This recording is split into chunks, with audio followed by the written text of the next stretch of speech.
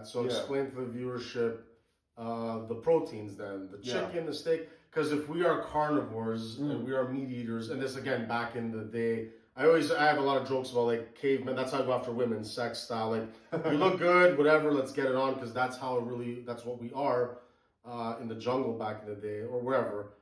So the same with food. So we didn't have to cook food at the beginning, but we were still, weren't we hunter-gatherers and killing the animals to eat?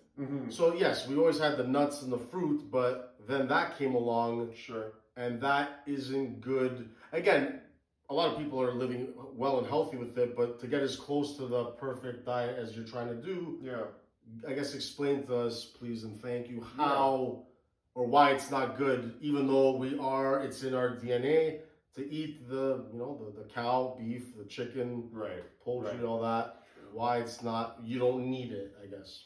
Okay, so humans are, because of our ability to conceptualize, okay, we have this incredible cognitive ability to conceptualize and rationalize and create things in our environment, modify our environment.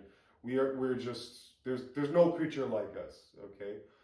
So because of our intellectual gifts, it's allowed us to do something that no species would on the planet would ever be silly enough to do.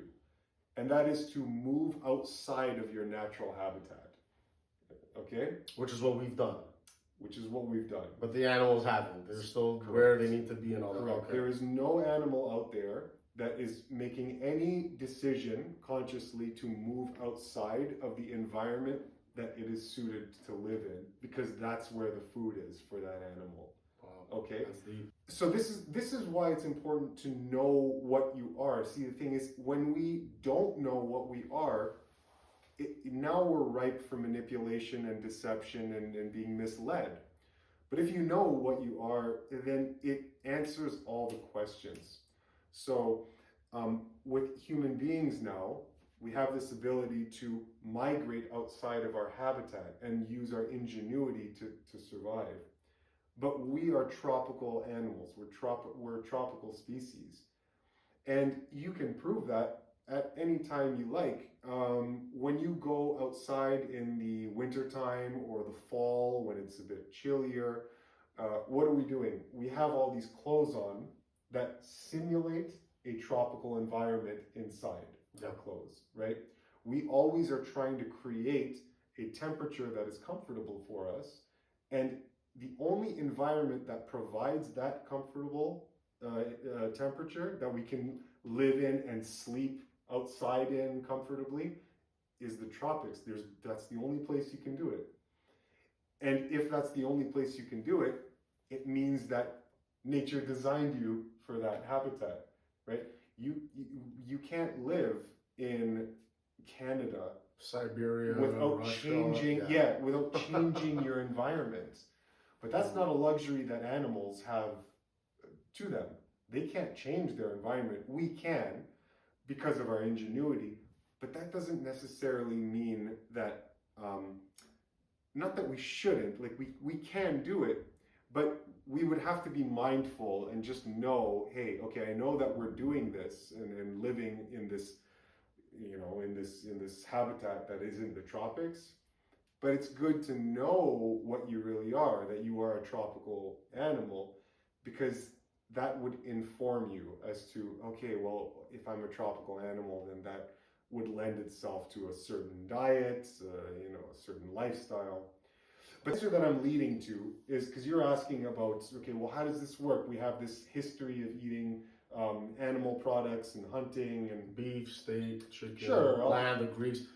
Shout out to the Danforth. I'm never going to stop eating pork, but I'm going to try. I'm going to try, but it's too good. It's too tasty. But I guess, but it worked for them back in the day. But did it though? Because the life expectancy was about 34 years. Then there's also an evolution point to this, but this is interesting stuff. It's deep. I'm trying to wrap my head around it. Yeah. I'll get to that in a second.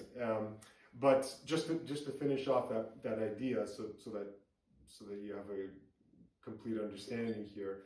To answer the question, when we do that, right? When we move outside of our habitat, what happens immediately is you place yourself in a survival situation where you have to do something. You have to use your ingenuity to find some way to survive.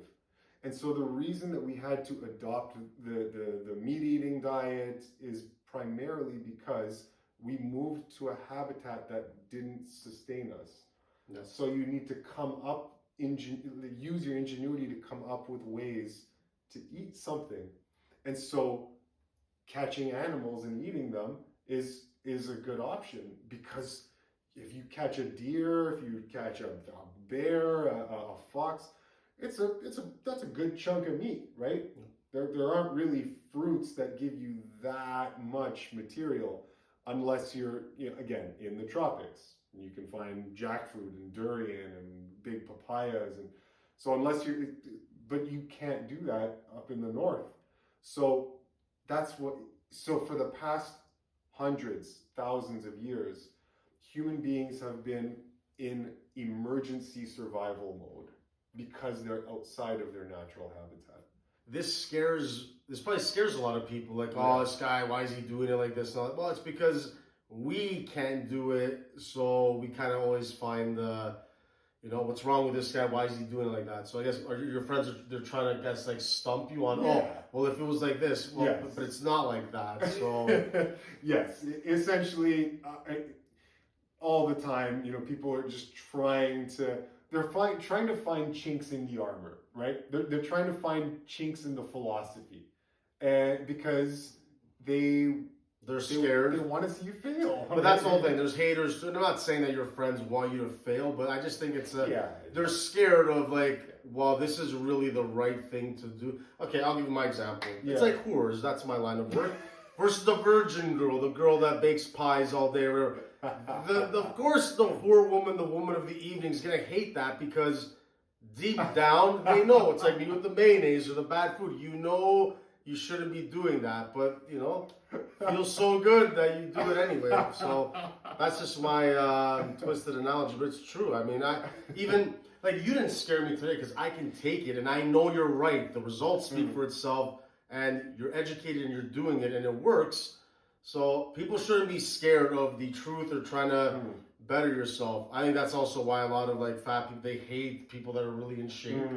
And it's like a reverse shaming thing. No, always shame fat people, all right? We need to hear it. You don't have to be mean about it, but I just think people are like that in general. They're going to hate on a very beautiful man or woman, or in certain shape, or even me. I don't rip on the athletes a lot. I will critique, I'll analyze, but I got into this. It's I respect them because they're better than me. That doesn't mean they're better in life.